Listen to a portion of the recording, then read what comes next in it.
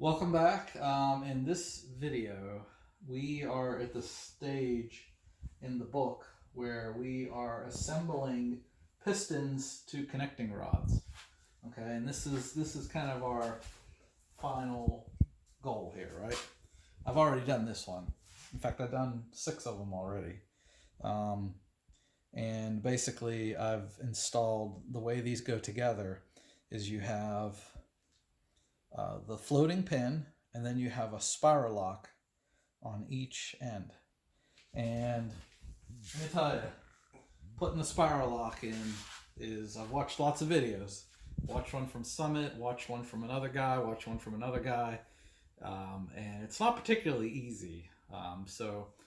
If you're ever doing a project like this or thinking about it, make sure you save several hours just to get this part done, because it's a little tricky. Now, once you do it a couple times, you kind of figure out ways to make it go faster. But even after doing 6 of them, I'm still fumbling a little bit with it, but it's getting it done. So anyway, here I've got a piston, and I've labeled them. This one's the number 7. It's going to go in the number 7 cylinder. And it's labeled as the back. There's a B here. I know my handwriting's not good, but it's a B standing for it points, this side points to the back. And that's important because of how the connecting rod needs to go on. We'll come back to that in a minute. But basically, let's go ahead and just put, first we're going to put one Spirolox on one end, and then we're going to put the pin and the connecting rod through, and then we'll put the other one on. So what I've got here is my rod vise, connecting rod vise, and I'm going to go ahead and open that up and put the piston in here.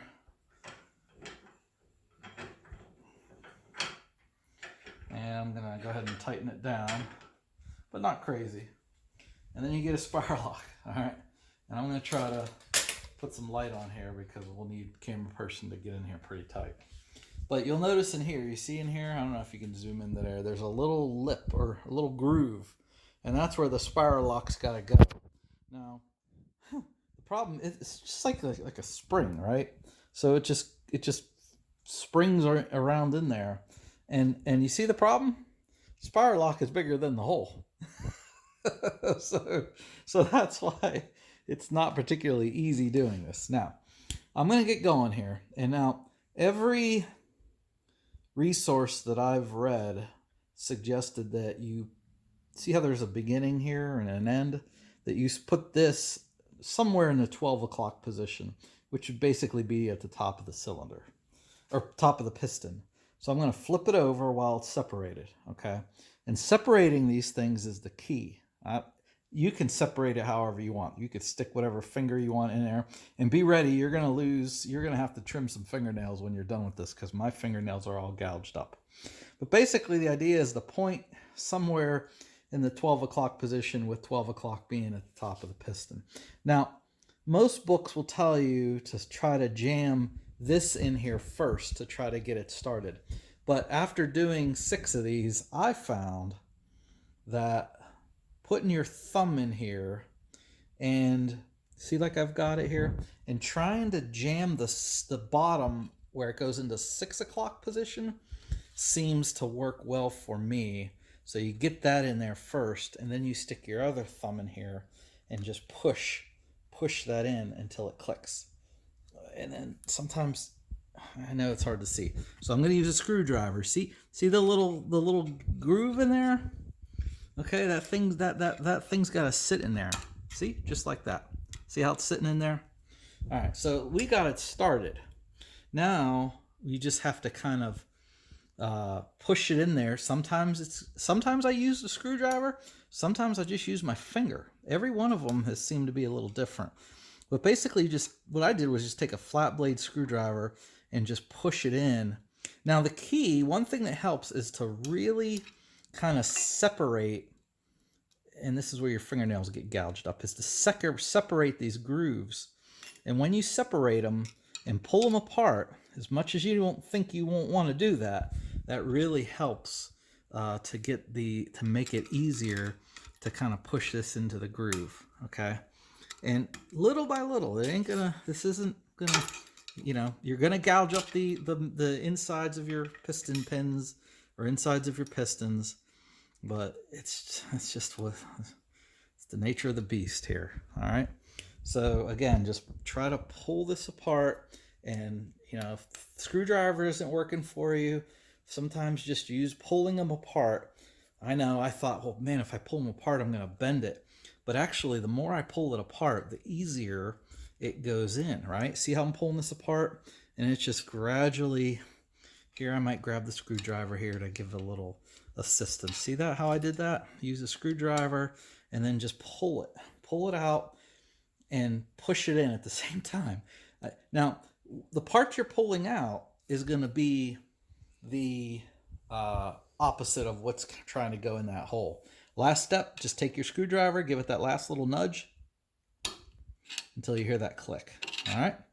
So there you go. I got one in, and believe me, the first one I did took a little while. Now, the Summit webpage, the guy who did this on Summit said to take a screwdriver and just kind of push, like pull up, push on it, kind of along, kind of just to make sure it's seated in there and grooved.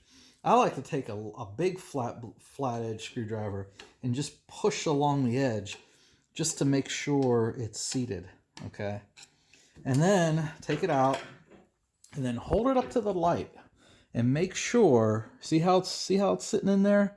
Nice and in that groove. Let me see if the camera could see it here. Here, bring the camera closer to under the light. So I just went and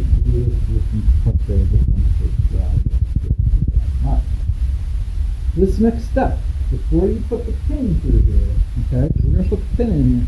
We need to make sure this is pointed in the right direction, okay? And you might think, well, what difference does it make whether I stick it in here or stick it in here like that? It makes a huge difference, because on this particular, now not all connecting rods are the same, but at least on these Summit Pro LS piston connecting, or the connecting rods, you'll notice that one end, and one end is just kind of squared up, but the other end is got this chamfered edge. See how this little angled edge, chamfered edge is on one side and the other is just kind of squared up. So this is important. This has to face the crankshaft fillet, okay? Which I unfortunately call a fillet. But it's actually called a fillet. Okay?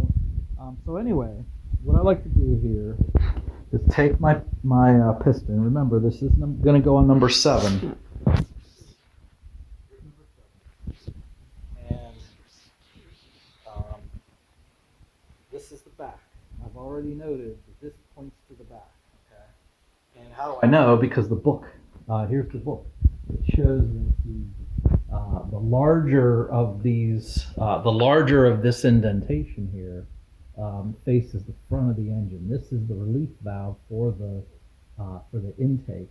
Okay, so the intake relief valve is bigger than the exhaust relief valve. So this goes towards the front. That said, I know this is on the back. All right. So now the next thing is this chamfered edge. Okay, which is going to go in like that, right? It's going to go in like that. This chamfer edge needs to face the fillet. And here, let's go ahead and see if we can stick this down in here. Now, what's the fillet referring to? It's referring to this. Here, move the camera over. It's referring to this, like that part of the crankshaft. Okay, that big like counterweight. All right. So that's this chamfered edge needs to go basically up against the fillet. All right. Now you want to go ahead and back out. So, therefore, it would go in like this. All right. Now, another easy way to remember, just for sanity's sake, is the chamfered edge also points towards the intake. So here's the intake relief valve, and the intake valve is on this side. And so the fillets, the chamfered edge goes this way too. Okay, so this is the front of the connecting rod pointing to the front of the engine. All right, it goes up against the fillet. All right, so what I'm going to do here is sure number 7.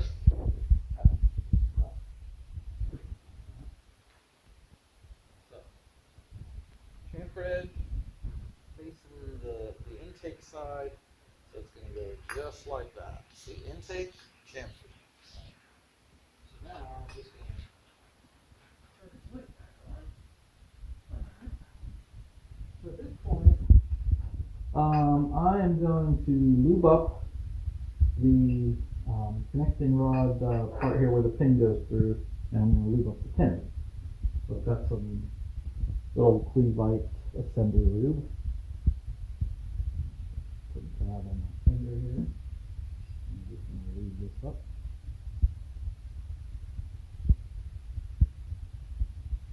Just put in the lube. You never have too much of this.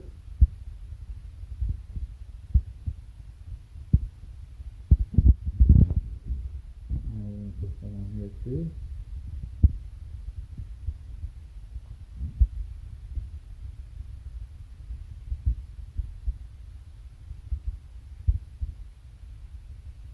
Alright, nice even coverage. And then we're going to bring the camera. And then we are going to remember the Spirolox already on that side. This is the back. This goes towards the front. So we're going to go ahead and stick that baby in there. All right, until it pushes all the way up against the Spirolock. All right, now one more time, just for sanity's sake. All right, the piston, come on over here one more time. The piston's going to ride in the cylinder kind of like this, with the intake relief pointing towards the front of the engine. So that means the chamfered edge of the connecting rod needs to also point towards the front of the engine, and it needs to point towards the fillet, which is that part down there. All right, so we verified that the connecting rod is put in here properly. All right, so now we're going to go ahead and bring this over here. We're going to go ahead and put our connecting rod and piston back in our connecting rod vise. And the workbench with wheels sometimes isn't always very handy. All right, so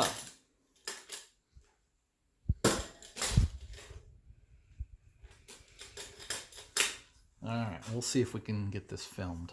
Where's the other Spirolock? Oh, here it is. All right, so I get my other Spirolock, and remember, where does the leading edge of it point to?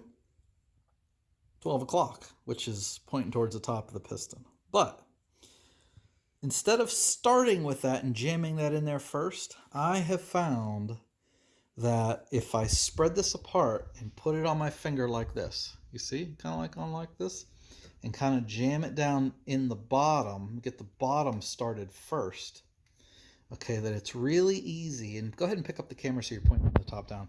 It's really easy to push the, well, I say easy, but I'm not really demonstrating that it's easy. Generally speaking, it's easy to push this part.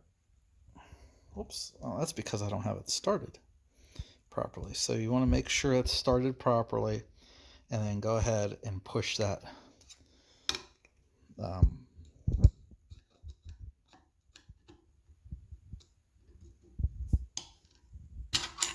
oops, so making a liar out of me.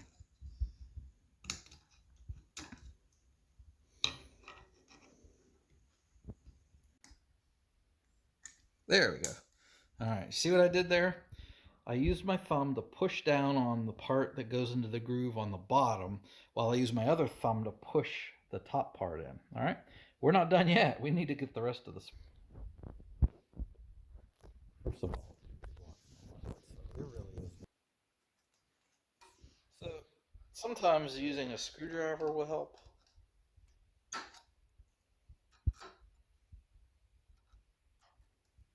I have come to that realization. As much as I thought that pulling it apart would actually damage, man, that has helped me get these things set in.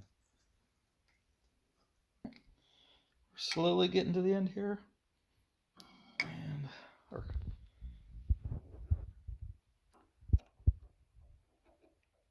there it goes. It's in there.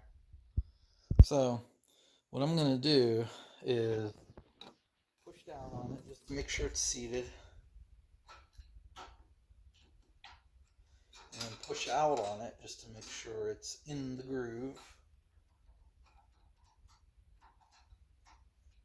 And then finally I'm going to take the piston out of the...